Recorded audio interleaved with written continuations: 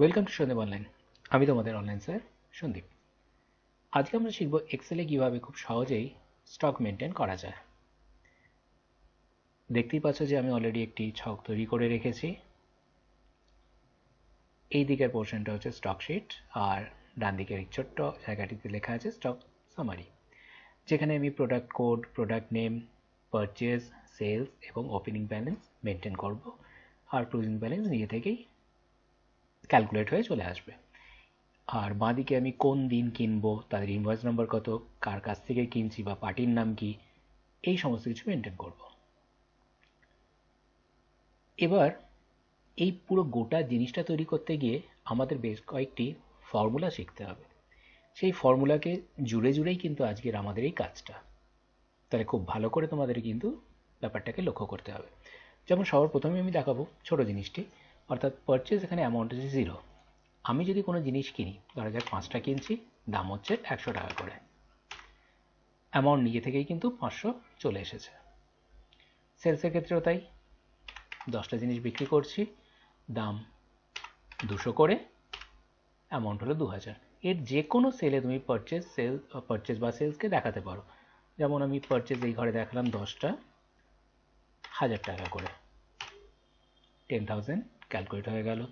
সেলসের ক্ষেত্রেও দেখি 50টা 500 করে, 25,000।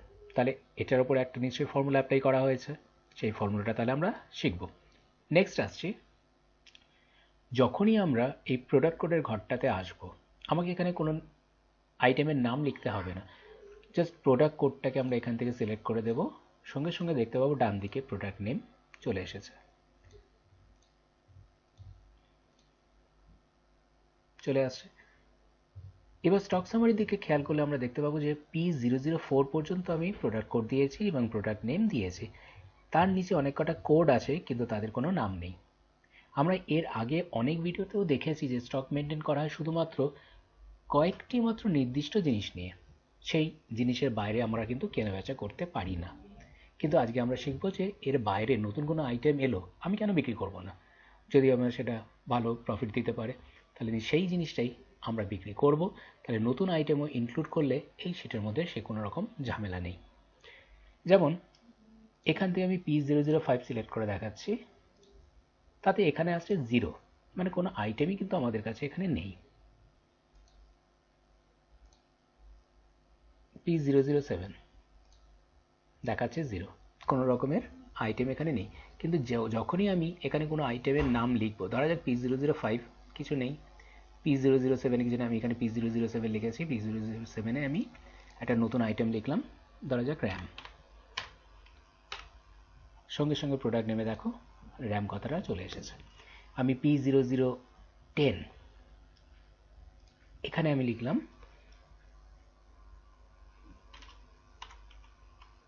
স্পিকার, নতুন আইটেম এসেছে। এখানে আমি P0010 কে সিলেক্ট করছি, সঙ্গে সঙ্গে চলে এলো স্পিকার। তাহলে নতুন আইটেম আনাও কোনো সমস্যার ব্যাপার নয়। নেক্সট এন্ট্রিতে আমি আসছি, তার আগে এটাকে আমরা ডিলিট করে দিই। এবার ধরা যাক মনিটর আমি কিনছি। মনিটর আমাদের ওপেনিং কত আছে? 4টে, ক্লোজিংও কত আছে? 4টে। আমি মনিটর কিনলাম 10টা। এই 10 লেখার সাথে সাথেই আমাদের পারচেজের ঘর আর এই ক্লোজিংয়ের ঘরটাকে খেয়াল করো। সঙ্গে সঙ্গে আমাদের স্টক সামারি পারচেজের ঘরে লেখা এসছে 10 এবং ক্লোজিংয়ের ঘরে চলে এসছে 14, অর্থাৎ ওপেনিং ছিল 4, 10 কেনা হলো, 14 গিয়ে আমাদের দাঁড়ালো। মাউস আমাদের কটা আছে? 10খানা ওপেনিংয়ে আছে, 10খানা ক্লোজিংয়েও আছে।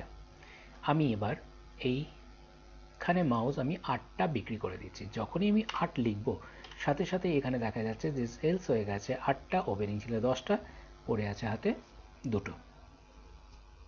তাহলে এখানেও একটা ফর্মুলা। তাহলে এই কটা ফর্মুলা আমরা শিখে তবে একটা স্টক শিট মেনটেন করতে পারি, সেটাই আমরা শিখে নিই। খুব সহজ ফর্মুলাগুলো, আশা করি তোমাদের বুঝতে কোনো অসুবিধা হবে না। তাহলে চলো দেখা যাক আমরা কিভাবে ফর্মুলাগুলোকে অ্যাপ্লাই করতে পারি। নতুন শিটে আমি ছক তৈরি করে রেখেছি যেখানে এখনো পর্যন্ত কোনো ফর্মুলা অ্যাপ্লাই করা নেই। যেমন আমি প্রোডাক্ট কোডে যদি এখানে ক্লিক করি কোনো ড্রপডাউন অ্যারো আসছে না, লিস্ট তো দূরের কথা, প্রোডাক্ট নেমও নেই। কোয়ান্টিটির ঘরে আমি 10 লিখলাম, পাশে 50 লিখলাম, আবার নিজে থেকেই কিন্তু অ্যামাউন্ট বেরোয়নি, তাহলে এখানেও কোনো ফর্মুলা অ্যাপ্লাই করা নেই। একইভাবে সেলসের ক্ষেত্রেও তাই, 5, 20, কোনো অ্যামাউন্ট নেই। তাহলে আমরা প্রথম থেকে শুরু করি।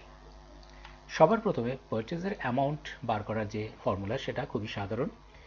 ইকুয়াল দিয়ে আমরা সিলেক্ট করব পারচেজের কোয়ান্টিটির যে সেলটি আছে ওটাকে, ইনটু দেব পারচেজের রেটটা, দিয়ে এন্টার প্রেস করব এবং এই ফর্মুলাটাকে ড্র্যাগ করে যতদূর আমার অ্যামাউন্টের দরকার বা লিস্ট আমার তৈরি করার দরকার ততটা আমি টেনে দেব।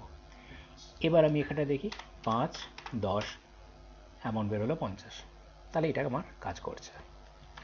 নেক্সট এলাম সেলসের ঘরে, একই নিয়ম, ইকুয়াল সেলের কোয়ান্টিটি ইনটু রেট, এন্টার। সেলসের ঘরে 10, 100, অ্যামাউন্ট 1000, তাহলে আমাদের ফর্মুলা কাজ করছে। নেক্সট আসি, প্রোডাক্ট কোড তৈরি করব। এবার প্রোডাক্ট কোড তৈরি করব কোনগুলো না, আমাদের এই যে প্রোডাক্ট কোড আছে যতগুলো আমি আগে থেকে তৈরি করেছি 10খানা, 20টাও থাকতে পারে, 30টাও থাকতে পারে, যতগুলোই কোড নাম্বার থাকুক না কেন আমরা পুরো কোড নাম্বারের ব্যাপারটাকেই সিলেক্ট করব। কিভাবে না, প্রথমে আমরা স্টক সামারি থেকে প্রোডাক্ট কোড পুরো হেডিং সহ সিলেক্ট করব যতদূর আমাদের দরকার। এবার আমরা ফর্মুলাতে গিয়ে ক্রিয়েট ফ্রম সিলেকশন এই অপশনটাতে আসব। টপ রো এই কথাটা সিলেক্ট করা আছে, আমরা এটাকে ওকে করব, অর্থাৎ আমি এই নেমের এগেনস্টে একটা হেডিং তৈরি করছি। এবার আমাদের এই স্টক শিটের প্রোডাক্ট কোডের যত দূর রেঞ্জ আছে সেটাকে আমরা সিলেক্ট করব। সিলেক্টের পরে কিবোর্ড নয়, এই ডেটা ট্যাবে যাব, ডেটা ট্যাব থেকে আমরা চলে আসব ডেটা ভ্যালিডেশন, সেখান থেকে আবার আসবো আমরা ডেটা ভ্যালিডেশন। সেটিংসের আন্ডারে যেখানে অ্যালাউতে লেখা আছে এনি ভ্যালু, এটাকে আমরা চেঞ্জ করে দেবো লিস্ট। এবার সোর্সের জায়গায় মাউস ক্লিক করে কার্সারটাকে এখানে রাখবো। এবার কিবোর্ড থেকে F3 ফাংশন 3 এই কিটাকে প্রেস করলেই পেস্টের নেম জিজ্ঞেস করবে কোনটা। এক্ষুনি আমরা তৈরি করেছি প্রোডাক্ট কোড, এটাকে আমরা সিলেক্ট করে ওকে করব, আরও একবার ওকে করব। সঙ্গে সঙ্গে দেখতে পাচ্ছি আমাদের একটা লিস্টের ড্রপডাউন অ্যারো চলে এসেছে, ক্লিক করলেই আমি আমাদের কোড নাম্বারগুলোকে দেখতে পাবো। যে কোনো সেলে ক্লিক করলেই কিন্তু সেটা দেখা যাবে। আর আমি সঙ্গে সঙ্গে যদি সিলেক্ট করি P004, প্রোডাক্ট নেম আসেনি। এটা কিন্তু মাথায় রাখতে হবে যে কোড নাম্বারটাকে আমি আনতে পেরেছি, প্রোডাক্ট নেম কিন্তু আসেনি। প্রোডাক্ট নেমের জন্যও কিন্তু আমাদেরকে আরও একটা ফর্মুলা শিখতে হবে, সেটা কি, equal if error first bracket open V lookup, আবার ফার্স্ট ব্র্যাকেট ওপেন। এবার আমরা যেটা করব সেটা হচ্ছে আমাদের এই প্রোডাক্ট কোড, প্রোডাক্ট নেমের ঠিক আগে যে প্রোডাক্ট কোডটা আছে তার প্রথম ঘরটাকে আমরা সিলেক্ট করব, এটা কমা দেব। এবারে স্টক সামারির এই প্রোডাক্ট কোড থেকে শুরু করে পুরো আইটেম সহ লিস্টটাকে আমরা সিলেক্ট করব। কিবোর্ডের F4 কি প্রেস করব যাতে এইটা লক হয়ে যায়। এবার একটা কমা দেব, কলাম ইন্ডেক্স নাম্বার দেব 2, যে তোমাদের প্রোডাক্ট নেমটা 2 নম্বর কলামের আছে। আবার একটা কমা দেব, দিয়ে এবার দুখানা অপশন আমরা দেখতে পাচ্ছি, ট্রু আর ফলস। ফলস মানে এক্স্যাক্ট ম্যাচ, আমি এই ফলস কথাটাকে সিলেক্ট করব বা লিখব। এবার ফার্স্ট ব্র্যাকেটটাকে ক্লোজ করব, একটা কমা দেব, দুবার ডাবল ইনভার্টেড কমা প্রেস করব, দিয়ে আরেকবার ব্র্যাকেটকে ক্লোজ করে এন্টার দেওয়ার সাথে সাথেই ম্যাজিকের মতো কাজ করবে, আমাদের প্রোডাক্ট নেম কিন্তু চলে আসবে প্রোডাক্ট কোডের এগেইনস্টে। আমরা এবার এই ফর্মুলাটাকে কপি করে পুরো রেঞ্জে ছড়িয়ে দেব। এবার আমি যখনই এখান দিয়ে কোনো আইটেম কোড বা প্রোডাক্ট কোডকে সিলেক্ট করব, সঙ্গে সঙ্গে পাশে প্রোডাক্ট নেমটা কিন্তু চলে আসবে। এবার এখানে আমাদের P005 বলো বা 6 বলো, এখানে কিন্তু কোনো রকমের নতুন আইটেম নেই, তাই জন্য আমাদের এখানটায় আসছে 0, নতুন আইটেম তো নেই। ধরা যাক P005 এর এগেইনস্টে আমি নতুন আইটেম দিলাম র্যাম, সাথে সাথেই দেখতে পাচ্ছি আমাদের এখানে র্যাম কতটা চলে এসছে। এবার ধরা যাক P007 নিচ্ছি, 0ই এসছে, কারণ P007 এর এগেনস্টেও কিছু নেই। আমি এখানে একটা নতুন নাম দিয়ে দিলাম, দেখতে পাচ্ছি এখানে চলে এসছে স্পিকার। তাহলে আমাদের ফর্মুলাটা কিন্তু কাজ করছে। এবার আমরা আরেকটা জিনিস মনে রাখবো, যখনই আমি কোনো জিনিসকে ডিলিট করব, প্রোডাক্ট নেম সহ ডিলিট করব না, আমি শুধু প্রোডাক্ট কোডটাকে ডিলিট করে দেবো, তাতেই আমাদের প্রোডাক্ট নেমের ঘরটা উড়ে যাবে। যদি আমরা পুরোটা সিলেক্ট করে ডিলিট করে দিই তাহলে কিন্তু এই ফর্মুলাটাই বেকার হয়ে যাবে। এবার নেক্সট ঘর,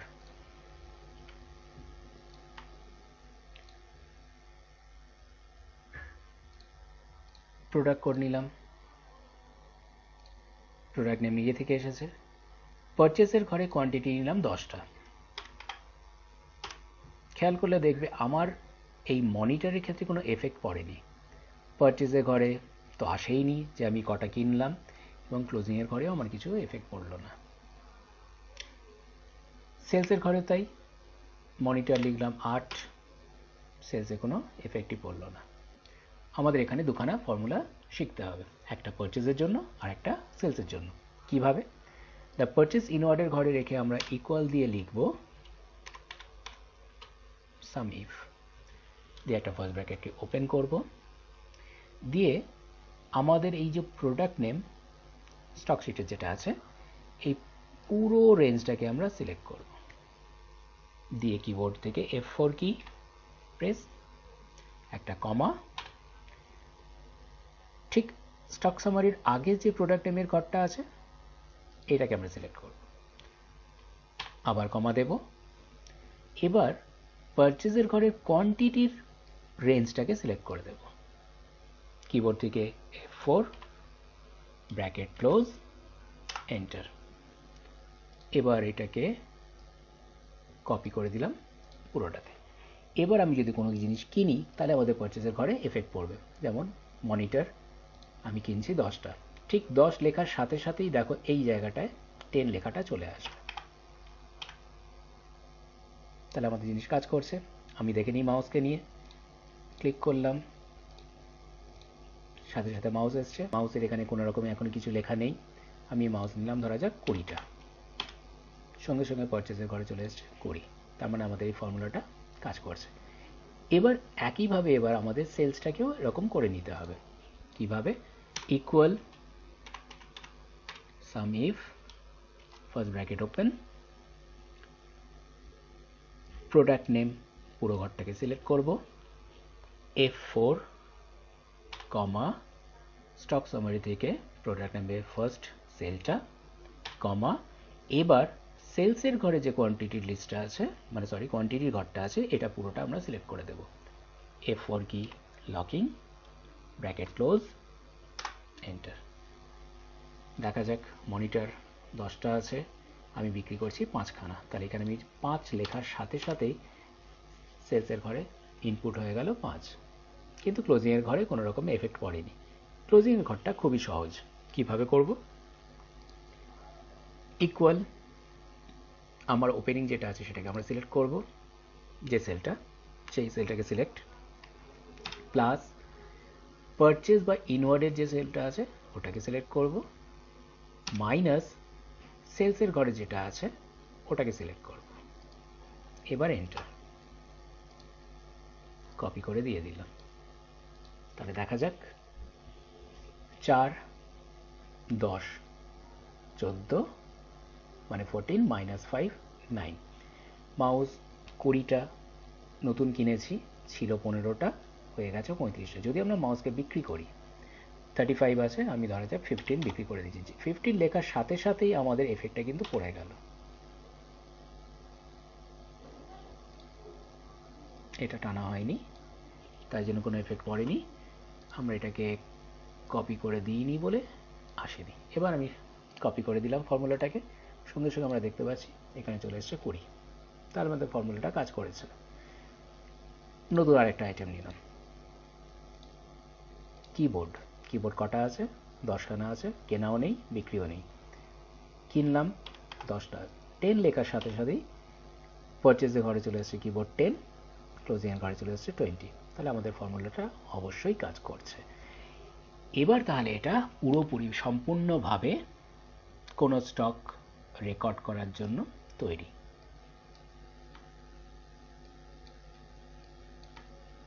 নর্মাল যা ছিল সেই জায়গায় দাঁড়িয়ে এবার আমরা এখানে একটা ডেট দিলাম,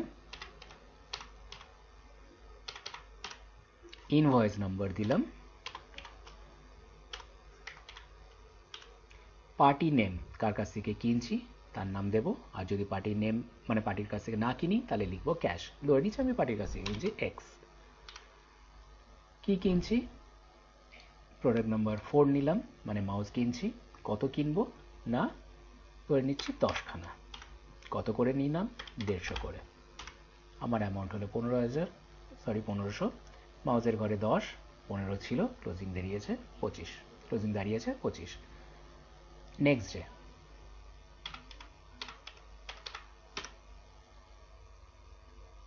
আমি সেলস করছি,